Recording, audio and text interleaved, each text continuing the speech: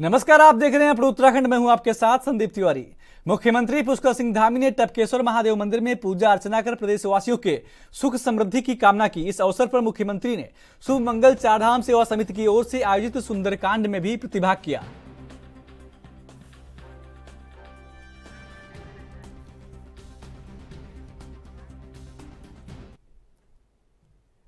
मुख्यमंत्री पुष्कर सिंह धामी ने मुख्यमंत्री आवास स्थित सेवक सदन में हिल की बात युवा संवाद कार्यक्रम में स्कूली छात्र छात्राओं से संवाद किया। कार्यक्रम में अलग अलग स्कूलों के छात्र छात्राओं की ओर से उत्तराखंड की लोक परंपरा और संस्कृति पर आधारित प्रस्तुतियां दी गईं। स्कूली बच्चों की ओर से भाषण और कविता का प्रस्तुतिकरण भी दिया गया। इस अवसर पर बच्चों ने मुख्यमंत्री से संवाद भी किया। वहीं मुख्यमंत्री ने हिल की बात युवा संवाद कार्यक्रम में आए सभी विद्यार्थियों और युवाओं का स्वागत किया। मुख्यमंत्री ने कहा कि प्रधानमंत्री मोदी के मार्गदर्शन में उत्तराखंड विकास की ओर तेजी से बढ़ रहा है। उन्होंने कहा कि प्रधानमंत्री जी का देवभूमि उत्तराखंड से विशेष लगाव है। उनका देवभूमि उत्तराखंड से कर्म और धर्म का रिश्ता है। प्रधानमंत्री जी के 9 साल के कार्यकाल में उन्होंने उत्तराखंड के लिए लाखों करोड़ रुपए के कार्यों की स्वीकृतियां प्रदान की हैं। मुख्यमंत्री ने कहा कि यह उनका सौभाग्य है कि उन्हें प्रधानमंत्री मोदी के मार्गदर्शन में कार्य करने का मौका मिला है। आज प्रधानमंत्री जी के नेतृत्व में देश एक भारत श्रेष्ठ भारत की दिशा में तेजी से आगे बढ़ रहा है।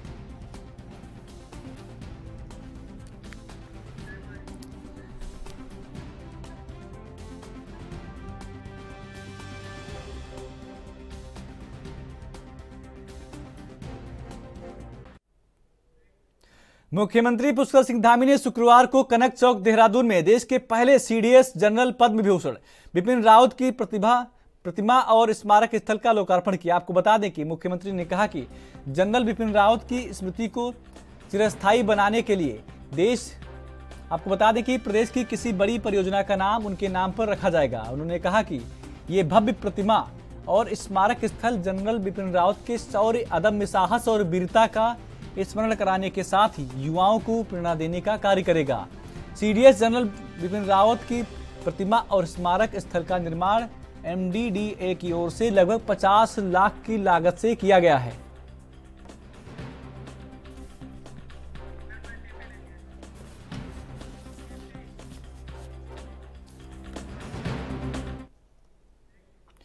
आपको बता दें कांग्रेस नेता तिलकराज बेहड़ बीजेपी ज्वाइन करेंगे। ये आपको बता दें कि इस सवाल को लेकर केंद्रीय रक्षा राज्य मंत्री अजय भट्ट का कहना है कि राजनीति में सभी नेताओं से बराबर संबंध होते हैं और ये मसला उनके स्तर का नहीं है। अगर कोई ऐसी बात होगी तो इस काम को बीजेपी के प्रदेश अध्यक्ष और उनकी ओर से गठित कमेटी देखती है। लेकिन हाँ, इतना जरूर है कि अच्छे लोग बीजेपी को ज्वाइन करने की दिशा में सोचते हैं और कुछ ऐसे लोग हैं जिन्होंने बीजेपी को ज्वाइन भी किया है।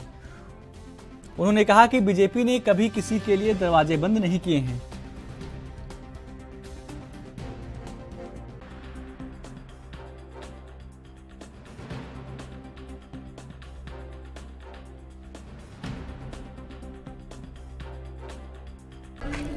देखिए, बेहड़ हमारे व्यक्तिगत मित्र भी हैं पहले से ही।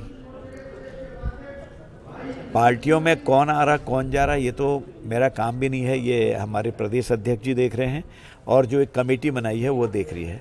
लेकिन भले लोग जो हैं, अच्छे लोग जो हैं, अधिकांश लोग आज भारतीय जनता पार्टी की तरफ आना चाह रहे हैं। केंद्र में भी आप देखिए, कई लोग तो राज्यपाल बने, कई लोग केंद्रीय मंत्रिमंडल में भी आए, कई लोग आज अच्छे पदों पर भी हैं। तो इस समय भारतीय जनता पार्टी वास्तव में सही माने में जो राजनीतिक पार्टी होनी चाहिए, जाति, धर्म, वर्ग, क्षेत्र, पंथ से ऊपर काम करने वाली, वो काम आज मोदी जी के नेतृत्व में, नड्डा जी के नेतृत्व में हो रहा है।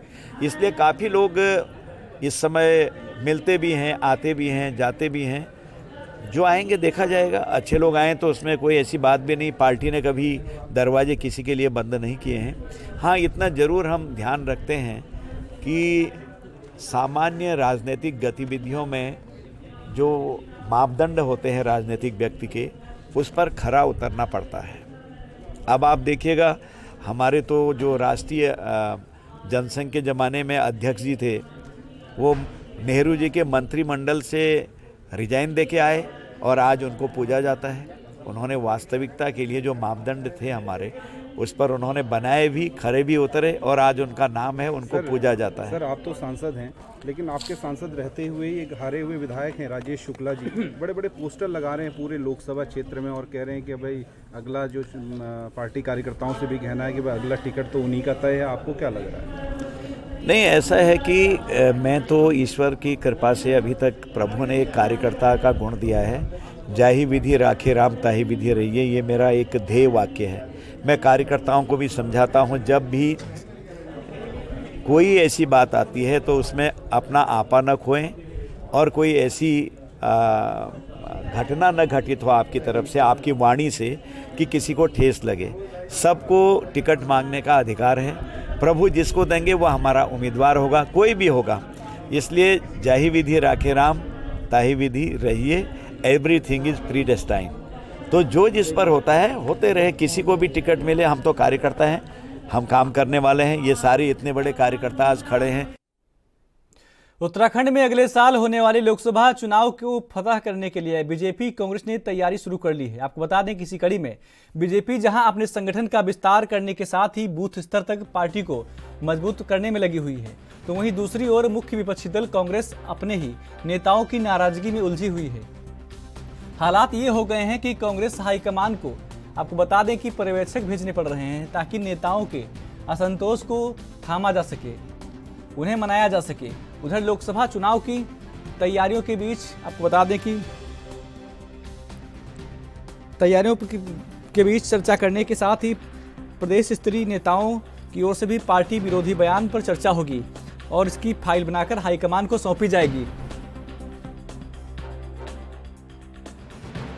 केंद्रीय ऑब्जर्वर आ रहे हैं, स्टेट की लीडरशिप से मिलने के लिए वो आ रहे हैं, और जो भी हमारे वर्कर्स में या स्टेट लीडरशिप में अगर कोई जितनी भी जो अपनी बातें हों उनसे करेंगे और कांग्रेस अच्छे से चले, हम बेहतर ढंग से प्रदर्शन कर सकें, बेहतर ढंग से भारतीय जनता पार्टी की सरकार को घेर सकें, उसकी जिम्मेदारी को हम ठीक से निभा सकें, उसी के लिए पर्यवेक्षक आ रहे हैं। और उसी पर उनके आने के बाद फिर वो अपनी रिपोर्ट्स सबसे बात करने के बाद हाईकमान को सौंपेंगे। लेकिन जिस प्रकार से कांग्रेस में जो अंतर कलह और जो लड़ाई चल रही है वो जग जाहिर है, और उत्तराखंड कांग्रेस में ये कोई नई बात भी नहीं है। पुराने कई समय से आप वहाँ पर उनके प्रदेश कार्यालय में किस प्रकार से सर फुटोवल, किस तरह से हत्तापाई, जुतम पत्रम उनकी होती रहती है, तो ये एक नई बात नहीं है कांग्रेस के। लेकिन कांग्रेस के कई नेता भारतीय जनता पार्टी ज्वाइन कर चुके हैं, कई अन्य भारतीय जनता पार्टी के संपर्क में। मुझे लगता है 2024 आते आते कांग्रेस का यहाँ पूरी। बीजेपी के प्रदेश प्रवक्ता बीरेंद्र सिंह बिष्ट ने बताया कि उत्तराखंड में निवेश जुटाने के लिए प्रदेश सरकार यूरोप में रोड शो करेगी।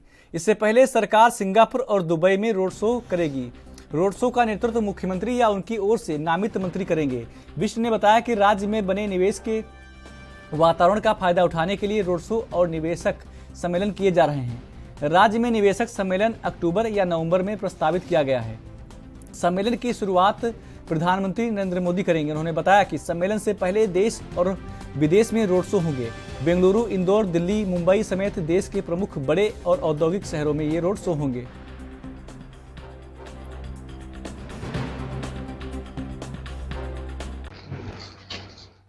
उत्तराखंड राज्य की सरकार अपने राज्य के यशस्वी मुख्यमंत्री पुष्कर सिंह धामी जी के नेतृत्व में निरंतर आगे बढ़ रही है और राज्य के चहुमुखी विकास के लिए और राज्य में नया नया व्यापार आए, बिजनेस आए, उससे राज्य के लोगों को प्रत्यक्ष और अप्रत्यक्ष रूप से रोजगार प्राप्त हो, लाभ मिले, उसके लिए भविष्य में अक्टूबर नवंबर में देहरादून उत्तराखंड में एक बहुत बड़ा इन्वेस्टर समिट होने वाला है।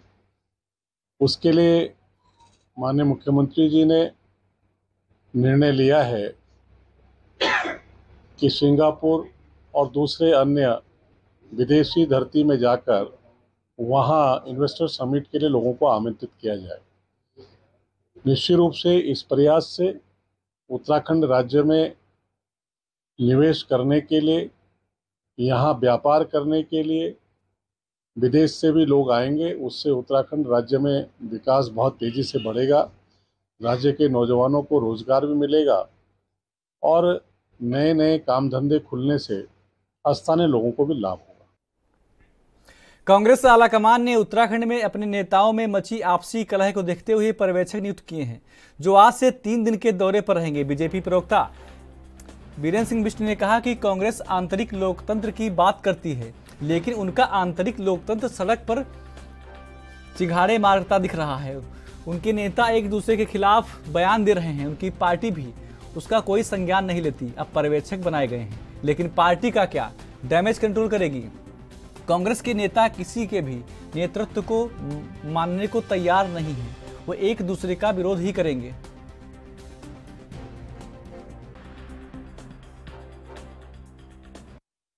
देखिए, कांग्रेस डैमेज हो चुकी है और जो डैमेज हो चुकी है उसका क्या कंट्रोल किया जा सकता है। कांग्रेस वाले कहते हैं कि उनके यहाँ जो बयानबाजी हो रही है ये आंतरिक लोकतंत्र है। उनका आंतरिक लोकतंत्र कांग्रेस के नेताओं का एक दूसरे के खिलाफ बयान देकर ये दर्शाता है कि उनका जो आंतरिक लोकतंत्र है वो चौराहों पर, सड़कों पर चिंगाड़े मार मार कर जो है अनुशासनहीनता कर रहा है। तो ये कांग्रेस के नेताओं को यही मंजूर है। जहाँ जहाँ कांग्रेस देखिए पूरे देश में इसी तरीके का रवैया चल रहा है और जब सब कुछ निपट जाता है उसके लिए उनके केंद्रीय नेता सुध लेते हैं और उसके बाद आते हैं कि साहब हम डैमेज कंट्रोल करने के लिए जा रहे हैं। इससे कुछ होना हाना नहीं है। वहाँ तो सिर्फ राहुल बाबा की स्तुति वंदना चल रही है और नेता एक दूसरे को नेता मानने को तैयार नहीं है।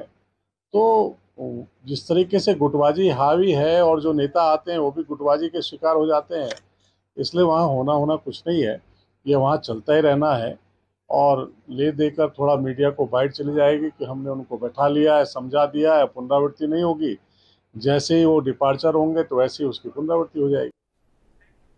दिनेशपुर क्षेत्र के विभिन्न स्थानों में चड़क पूजा के अंतिम दिन सन्यासियों ने हरतंगेज करतब दिखाकर अपना व्रत तोड़ा। चड़क पूजा के दौरान क्षेत्रीय विधायक अरविंद पांडे ने पूजा स्थल में पहुंचकर सभी सन्यासियों से आशीर्वाद लिया। इस दौरान अरविंद पांडे ने उधम सिंह नगर क्षेत्र के अंदर दिनेशपुर चड़क पूजा स्थल पर सबसे बड़ा शिव मूर्ति बनाए जाने की घोषणा की। बता दें कि चड़क पूजा को मानने वाले भक्त पूरे चैत्र महीने में भगवा वस्त्र धारण कर एक टोली के रूप में क्षेत्र के प्रत्येक परिवार में जाकर भगवान शिव पार्वती के जीवन पर आधारित गुणगान और नृत्य करते हैं। चड़क पूजा के भक्तों को इस दौरान सन्यासी का नाम दिया जाता है। इस दौरान वो पूरा चैत्र महीने उपवास रखते हुए रात्रि को फलाहार करते हैं।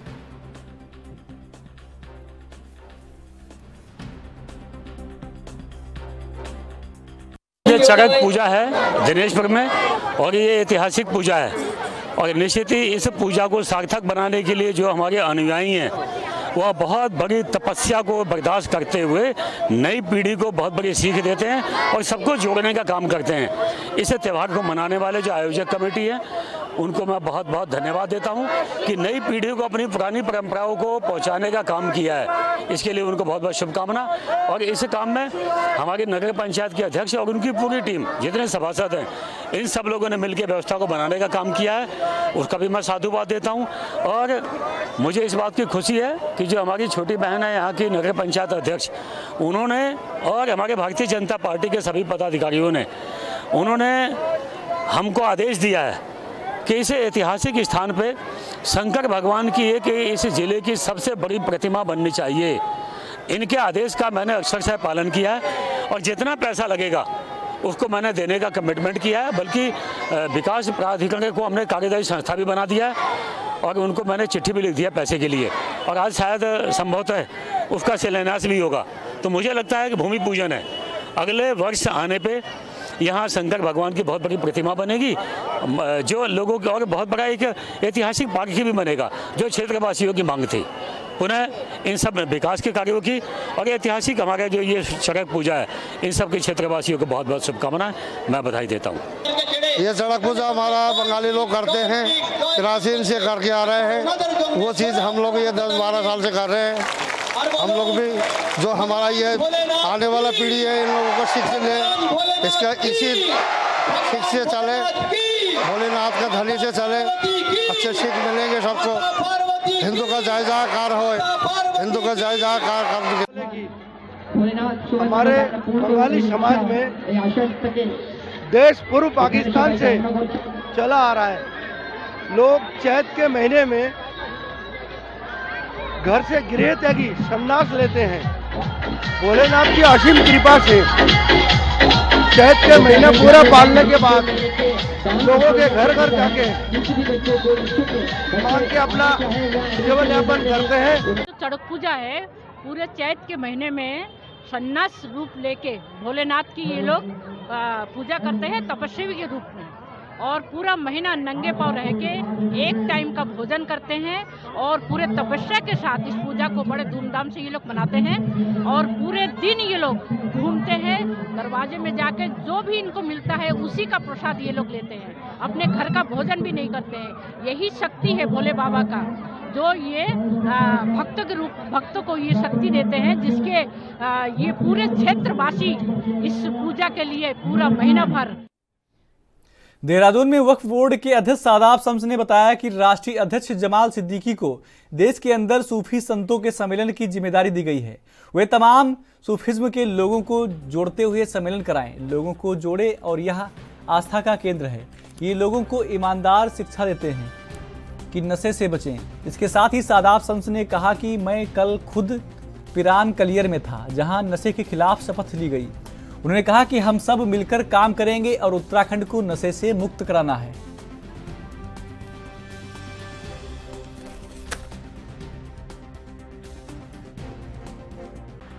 देश के अंदर माननीय राष्ट्रीय अध्यक्ष जमाल सिद्दीकी जी को ये जिम्मेदारी दी गई है कि वो तमाम सूफीज्म के लोगों को जोड़ते हुए सम्मेलन कराएं, लोगों को जोड़ें, और ये आस्था का केंद्र है। ये लोगों को ईमानदार शिक्षा देते हैं कि भाई नशे से बचिए। कल मैं रात भी पिरान कलियर में था, जहां मौला अली की यौमे शहादत का दिन था, और वहां भी हमने नशे के खिलाफ मुहिम को बहुत तेजी से आगे बढ़ाने के लिए लोगों ने प्रण लिया है। सब लोग मिलकर काम करेंगे तो नशे से मुक्त हो पाएगा उत्तराखंड, कलियर शरीफ, हरिद्वार। तो इसलिए हम सब लोगों की कोशिश है कि इन जगहों से अच्छे संदेश जाते हैं, लोगों की मनोकामनाएं पूर्ण होती है, सब मिलकर काम करेंगे। और मुझे लगता है पौड़ी में वन विभाग कर्मचारियों की आवासीय कॉलोनी बड़े खतरे की जद में है।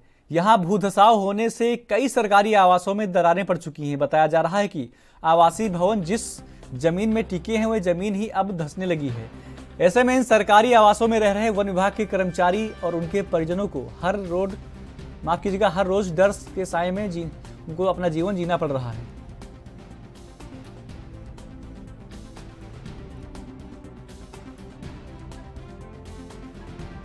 यहाँ बहुत दिक्कत हो रही है, कभी भी मतलब ये टूट सकता है और नीचे पड़ सकता है ज़मीन।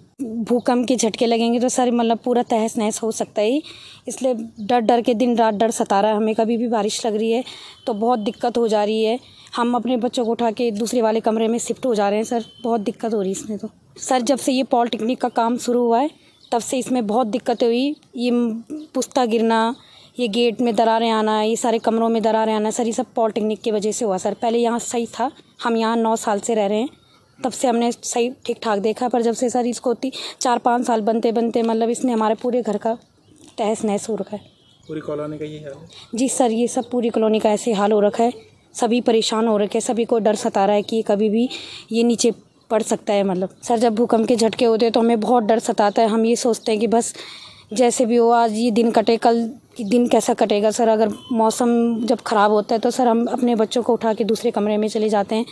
दूसरा कमरा भी सर यही स्थिति हो रखी है, पर थोड़ा अपने बचाव के लिए हम सर सेफ्टी पाते हैं। मतलब सर मैं प्रशासन से ये कहना चाहती हूँ कि जल्दी से जल्दी सर इसमें काम शुरू किया जाए और हमारे जो घर की स्थितियाँ ख़राब हो रखी है उनको सही किया जाए सर, ताकि हमें फिर कभी दिक्कत ना हो और डर हमें ऐसा लगता है कि जब भूकंप आता है तो बिल्कुल घर हिलने से लगता है और तब दरारें पड़ने शुरू हो जाए तो मम्मी पापा हमें कहते हैं कि बाहर चले जाओ, तो हम बाहर चले जाते हैं।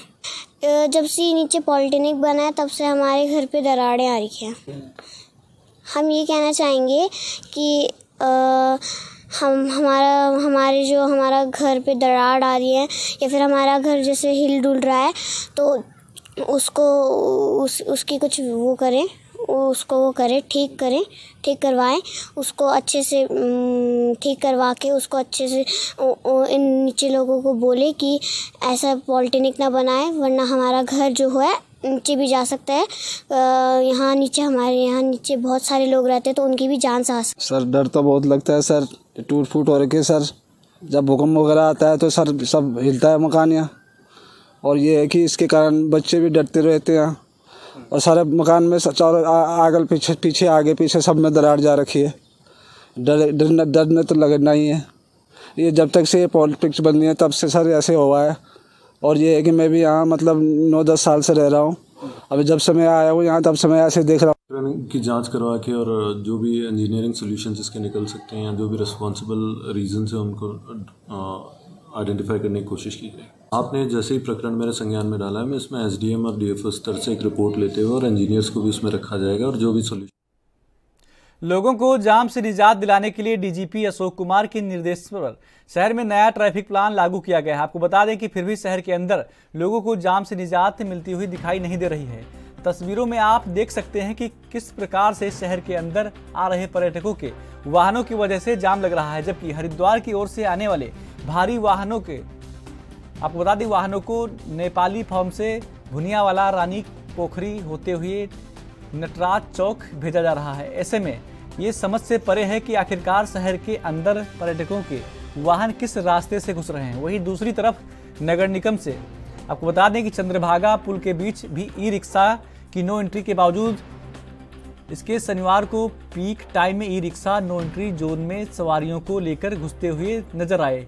वहीं आपको बता दें कि स्थानीय लोगों ने पुलिस से जाम से निजात दिलाने के लिए निर्धारित ट्रैफिक प्लान को सख्ती से लागू करने की मांग की है।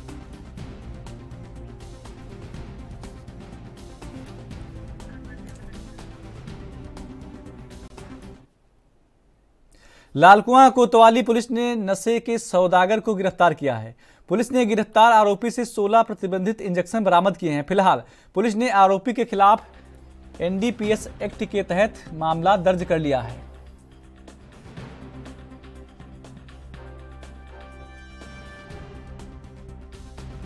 थाना लालकुआं द्वारा लगातार नशे के विरुद्ध अभियान चलाया जा रहा है और सघन चेकिंग की जा रही है। कल रात 14 तारीख को रात्रि की चेकिंग के समय एक संदिग्ध व्यक्ति जब हमारे क्षेत्र में आया और उसकी चेकिंग की गई तो पाया कि इसके पास 16 नशे के इंजेक्शन पाए गए और सिरिंज भी इसके पास से बरामद हुई है। यह व्यक्ति नाजिर रजा पुत्र साकिर रजा, यह इंदिरा नगर हल्द्वानी भूलपुरा क्षेत्र का पाया गया है और वहां से ये नशे के इंजेक्शन लाया था और इसके खिलाफ एनडीपीएस की धाराओं में उचित कार्रवाई की गई है, एफआईआर दर्ज की गई है तथा अभियुक्त को माननीय कोर्ट पेश किया जाएगा। क्रिमिनल हिस्ट्री के लिए इसकी अभी सूचना दी गई है, इसकी हिस्ट्री खंगाली जा रही है, बाकी की कार्रवाई विवेचना जारी है। इंजेक्शन 16 इंजेक्शन है, उसमें मात्राएं अभी विवेचना की, हाँ कमर्शियल क्वांटिटी है ये ज़्यादा। उत्तराखंड के इस खास बुलेटिन में मेरे साथ इतना ही। बाकी देश प्रदेश की तमाम खबरों के लिए देखते रहिए एएनबी न्यूज़। नमस्कार।